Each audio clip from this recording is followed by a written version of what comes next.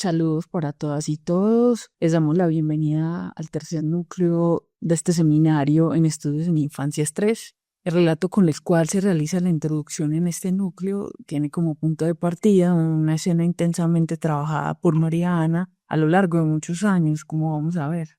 La escena que propicia el tránsito en la idea de la presencia, de constituir un ideal, a fundar una pregunta que acompañe permanentemente nuestro trabajo educativo, pone en evidencia que más allá de hacer foco en las niñas y los niños, en sus situaciones particulares, en sus familias, hay una dimensión determinante cuando se trata de abordar la pregunta por cómo se constituye un sujeto de pleno derecho, semejante, diferenciado, a salvo de propietarios, pero acogido por el mundo que lo recibe.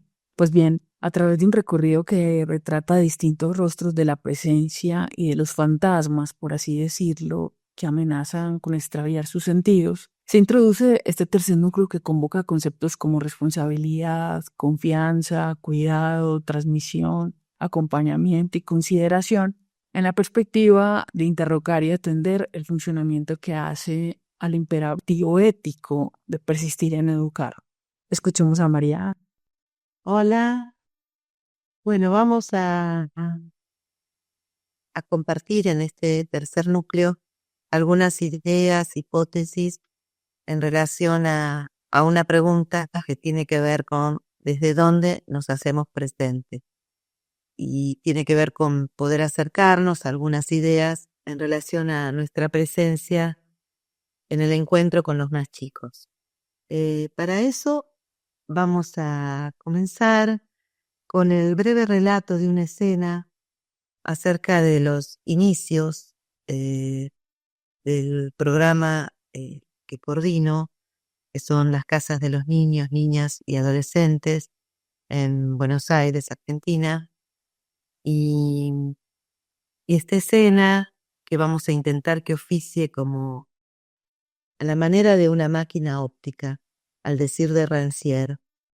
Esto es, que pueda aprender los conceptos en acción, en su relación con los nuevos objetos de los que procuran apropiarse.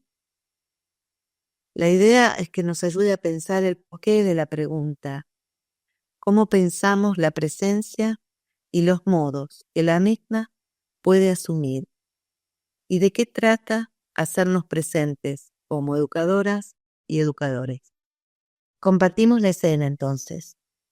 En los inicios de los años 90, un grupo de profesionales, muchos de los cuales habíamos comenzado a desempeñarnos en experiencias no gubernamentales y en la militancia por los derechos de los niños y las niñas, fuimos convocados para formar parte del armado de una nueva política para el sector.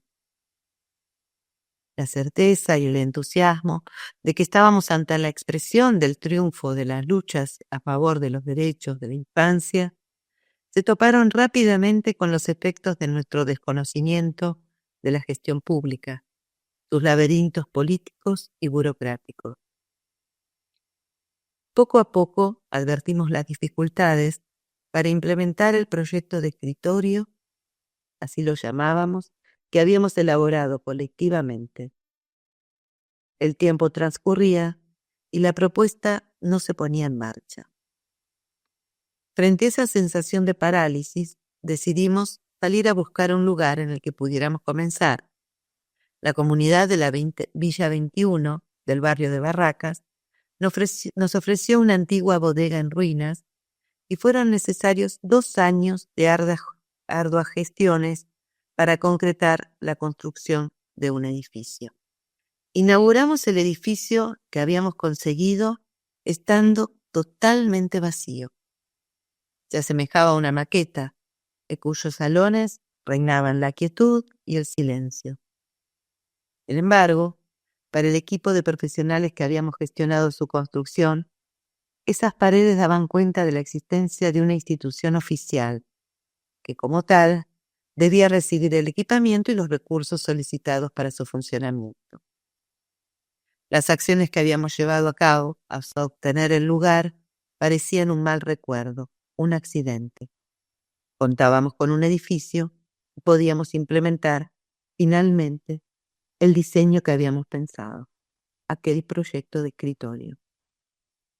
El tiempo pasaba y los recursos no llegaban, por lo que acordamos no permitir el ingreso de los chicos a ese espacio vacío. Sentados en sillas prestadas por los vecinos, continuábamos capacitándonos y planificando una institución ideal, muy distante de ese desierto en el que parecíamos encontrar. Todos los días, puntualmente, un grupo de chicos nos esperaba en la puerta. Fuimos relacionándonos con ellos y comenzaron a transitar poco a poco el edificio. Nosotros, los responsables del proyecto, sujetos a planificaciones y admisiones, nos endurecíamos en la convicción de no abrir la institución. Se sucedieron escenas de niños que entraban por las ventanas, que traían picaportes de sus casas para abrir las puertas y que quitaban improvisadas trabas. Nosotros persistíamos en colocarlas. Paradójicamente, quienes habíamos ido a abrir un espacio para los chicos, nos encontrábamos cerrando, al tiempo que su presencia se imponía sabiamente, apostando quizás a la posibilidad de que nosotros recobráramos el sentido de la noche. Comenzaron a aparecer conflictos asociados a la desilusión y la impotencia. Antes de renunciar y cerrar, decidimos recurrir a una supervisión institucional, recurrir al saber de un tercero que ayudara a comprender qué podía estar sucediendo. Los encuentros de supervisión permitieron descubrir lo obvio, que nos había pasado inadvertido al concentrar nuestra mirada en el espacio vacío. Los chicos estaban presentes, concurrían todos los días, y eso era lo importante. Nosotros, como ellos, habíamos resistido las dificultades y habíamos permanecido, y eso también era importante. Pudimos advertir además que habíamos identificado a la institución con el edificio y que el ideal del ambicioso proyecto de escritorio no solo no era tan ajeno a la ideología tutelar asistencial que buscábamos trascender, sino que obturaba la posibilidad de considerar la situación que se nos presentaba. Resignificamos así el edificio como punto de llegada y lo pensamos como un punto de partida desde donde comenzar a delinear una propuesta para los más chicos.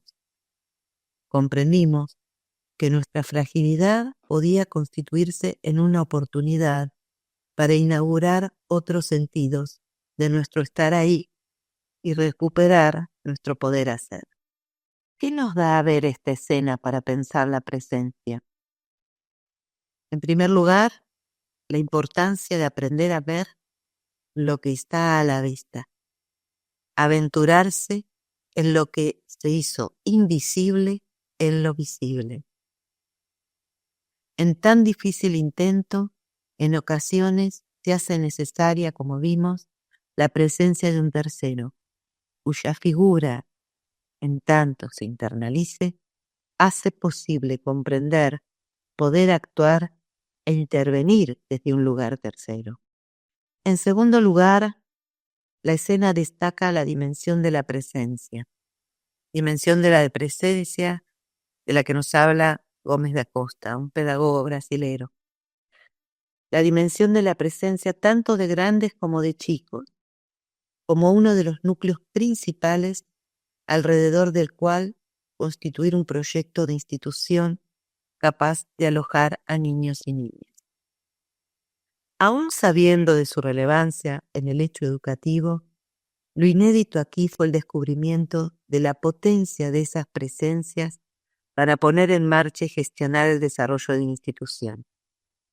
Presencias cuyos sentidos pueden extraviarse, presencias potencias que resisten, actúan y también deciden ausentarse de ciertos lugares y de ciertos haceres.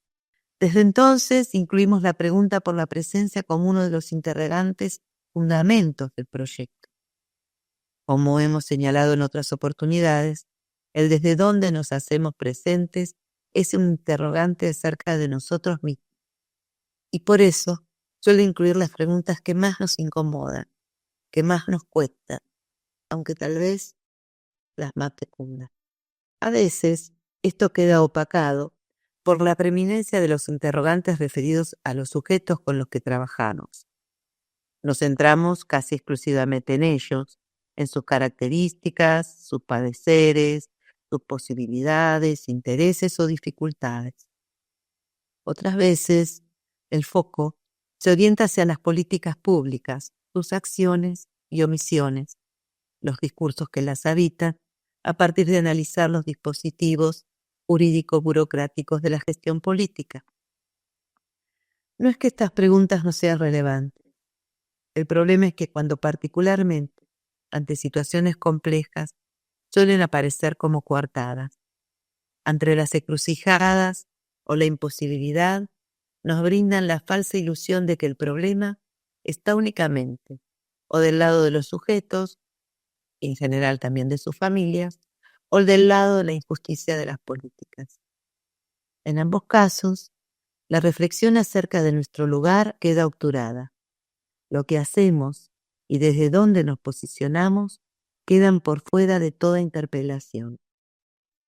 Es por eso que venimos planteando la necesidad de un ala vez que abra la pregunta incluyendo de manera simultánea esas tres dimensiones: los sujetos, las políticas y muy especialmente nuestra posición. ¿Por qué decimos muy especialmente? Porque coincidimos con Eve Ticio cuando propone la idea de que la posición suele configurar el hecho del que se trata. La posición del profesional forma parte del problema del que se ocupa, en la medida en que, con su aparato conceptual, y podemos agregar, con su modo de estar y pensarse en el mundo, con sus saberes y afectos más o menos conscientes, contribuye a configurarlo. Y es desde ahí desde donde toma forma la intervención. Esto quiere decir que esas dificultades que enfrentamos nos conciernen, nos implican.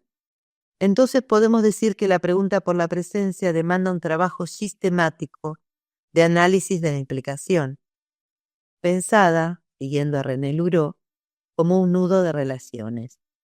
Él sostiene que ese nudo de relaciones, que es la implicación, no es ni buena, uso voluntarista, ni mala, uso jurídico-policial, y siempre está en juego, en nuestras adhesiones y no adhesiones, en nuestras referencias y no referencias, nuestras participaciones y no participaciones, nuestras motivaciones y desmotivaciones.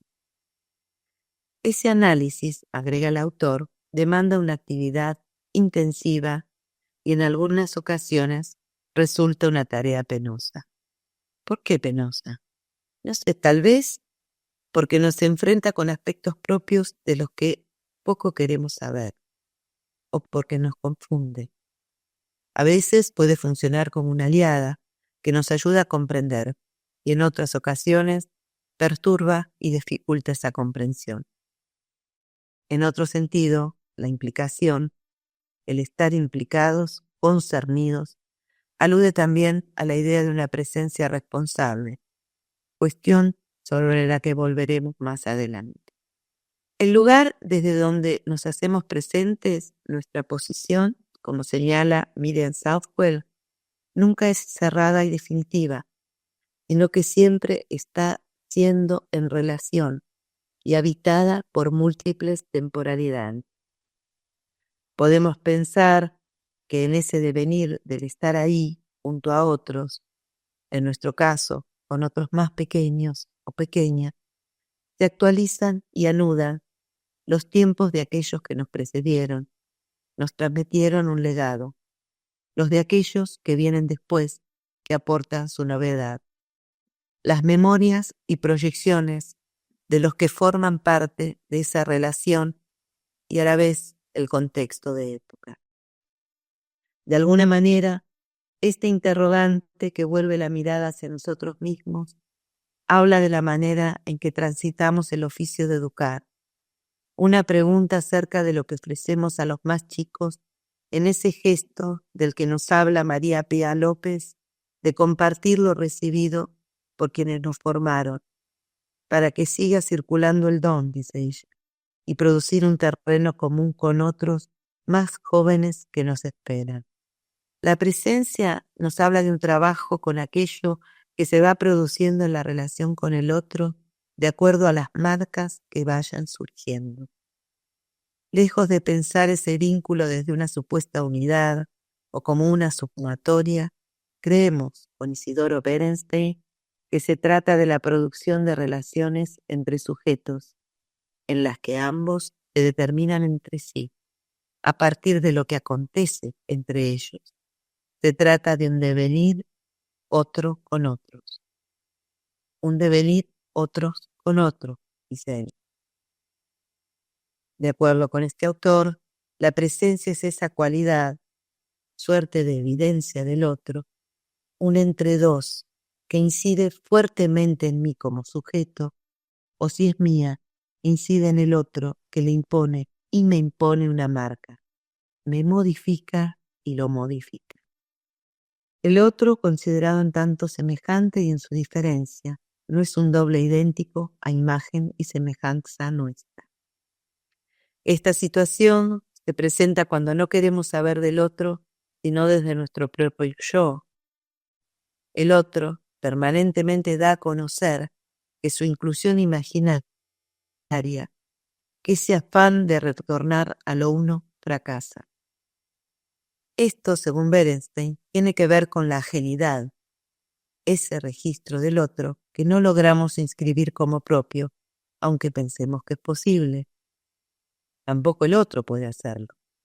Es la herida que el otro aporta al sujeto, y éste tiene dos caminos posibles: volverse sobre sí, rehusando la ajenidad, o iniciar el camino de la desilusión y la posibilidad de establecer un lugar donde antes fue herida. De acuerdo con lo que venimos diciendo, estar presente para el otro poco tiene que ver con una presencia física, literal. Se trata de estar disponible, de estar ahí en los encuentros, tanto como en las separaciones que creamos que haga falta en cada situación. Porque el hacerse presente incluye el ausentarse. Como sabemos, la presencia y la ausencia participan del proceso de constitución subjetiva, permitiendo la simbolización y el advenimiento del lenguaje. Nuestros haceres transcurren entonces en ese juego de unión y alejamiento. Los momentos de separación son tan constructivos de la relación con el otro como los de la presencia. Establecen un corte y un vacío necesario, pero que no deben ser de tal magnitud y persistencia que provoquen una angustia intolerable en el otro y lo dejen caer. Otra cuestión que nos interesa señalar es el desde dónde de la pregunta por la presencia. Articula los sentidos de nuestro estar ahí, los modos que puede asumir, así como los tiempos y las intensidades. Los sentidos pueden pensarse como ideales inmutables, como consignas a las cuales someterse y someter al otro, como aquellas ideas que nos sostienen y que se articulan en unas maneras de hacer, apuestas que se van reconfigurando a lo largo del tiempo. Hipótesis. ¿Qué es lo que hace sentido en nuestro estar ahí? Esta puede considerarse una pregunta de esas que más que buscar una respuesta nos acompaña a nuestro oficio como telón de fondo. Porque como señala Diana Sperling, el sentido, siempre indeterminado e inapresable, no preexiste a las cosas ni a las narrativas, sino que son estas las que lo fabrican, lo producen y ubican las cosas en su seno. En términos generales, pero sin olvidar que aquello que hace sentido se da a nivel singular, de múltiples y variadas formas, cada vez, en tanto educadoras y educadores podemos pensar que los por qué y los para qué de nuestra presencia pueden asociarse a una acción política que Graciela Frigerio relaciona con la distribución, la inscripción y la institución del sujeto. Acción política de coproducción de lazos sociales y subjetividades. Nos dice que educar se entiende como los modos a través de los cuales una sociedad encuentra maneras de conjugar la responsabilidad del reconocer, del acompañar a los más pequeños en el oficio de vivir. Transmitir, enseñar, acompañar, cuidar, alojar, son algunos de los verbos, entre muchos otros, que se ligan con estas ideas. En relación con la idea de responsabilidad de la que hablamos antes, nos interesa detenernos brevemente en este concepto tomando como base los aportes de Laurence Cornu, que nos recuerda que en sus orígenes la responsabilidad está asociada a responder y a constituirse en garante a un cargo confiado y frente al cual los responsables deben dar cuenta de sus actos. Cornu, a partir de los trabajos de Hannah Arendt, propone consideraciones acerca de la responsabilidad que trascienden la dimensión jurídica, que van más allá de una respuesta a una falta tipificada del pasado. Se trata más bien de una responsabilidad política, capaz de empezar algo de nuevo, nos dice la autora, de conectar un pasado, de partir de una acción presente y proyectar hacia el futuro nuevas posibilidades. Ese de empezar algo de nuevo debe saber precaverse, tanto de los refugios de la impotencia como de los vértigos de la omnipotencia, de la imputación tanto como de la compasión, por vía de un coraje, ligado, entre otras cosas, al juicio en situación. Coraje capaz de tomar una decisión en el nombre propio, de asumir las consecuencias y de ser padre de nuestros actos. Debe advertir lo imperioso de prever daños y cuidar lo frágil, sabiendo de las contingencias, límites y viabilidades. Ese empezar de nuevo está también en la base de la responsabilidad educativa, ligada a la natalidad, en el sentido que le asigna Arendt, como acontecimiento propio del humano, el advenimiento de algo nuevo, de una promesa, de singularidad irreductible, de un nunca antes y un nunca después. En relación con esto, es preciso recordar que nuestra posición se inscribe en un marco normativo, en unas legalidades y prohibiciones que la regulan y le dan forma. Entonces, entre otras cuestiones, esto implica que aunque la relación que establecemos con los más chicos posee un carácter asimétrico, sabemos que esa asimetría no autoriza el ejercicio de un poder ilimitado sobre el otro, sino que se funda en el ejercicio de la responsabilidad, relacionándose entonces con la respuesta adulta desde un lugar de autoridad y con el reconocimiento del otro. Algunas veces los fantasmas del todo poder y todo saber cerca del otro pervierten esos sentidos y nuestra manera de posicionarnos.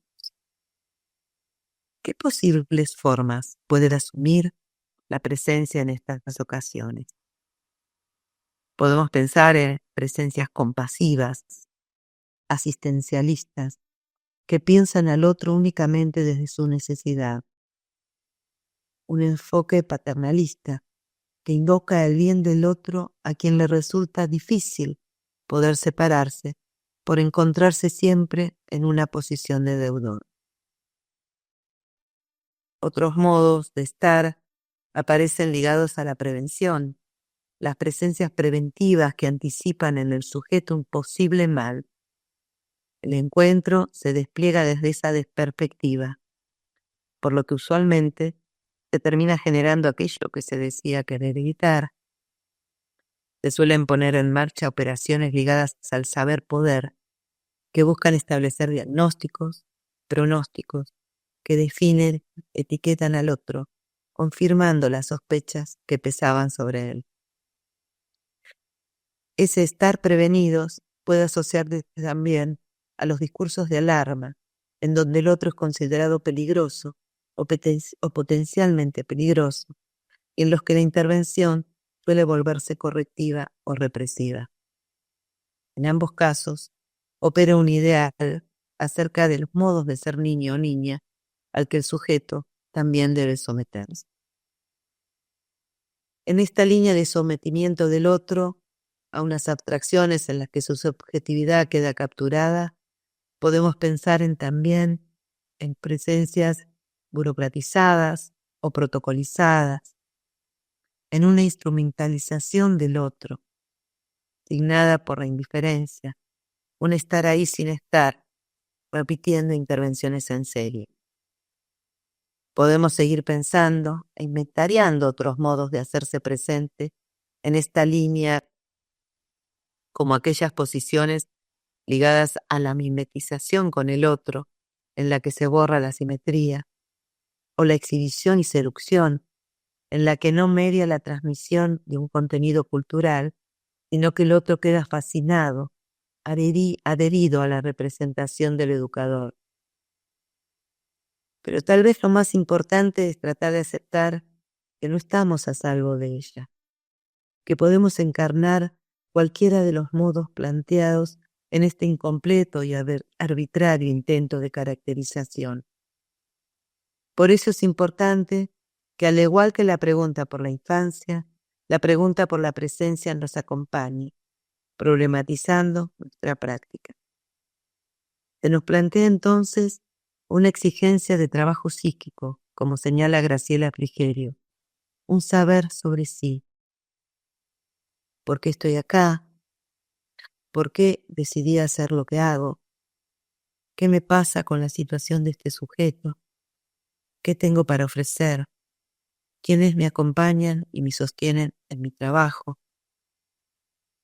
Algunas veces sucede que no sabemos por qué estamos ahí, por qué permanecemos. ¿Qué nos hace seguir eligiendo educar? Seguramente hay tantas respuestas como sujetos. Incluso en un mismo educador o educadora a lo largo del tiempo pueden aparecer razones diferentes. Muchas de ellas, además, pertenecen al territorio de lo sabido, no pensado, del que nos habló Boyes. Sabemos que estos no son tiempos muy amigables para ejercer el oficio de educar, el oficio de hacer lazo, y su intento de que algo de la igualdad, de habitarlo como se acontezca.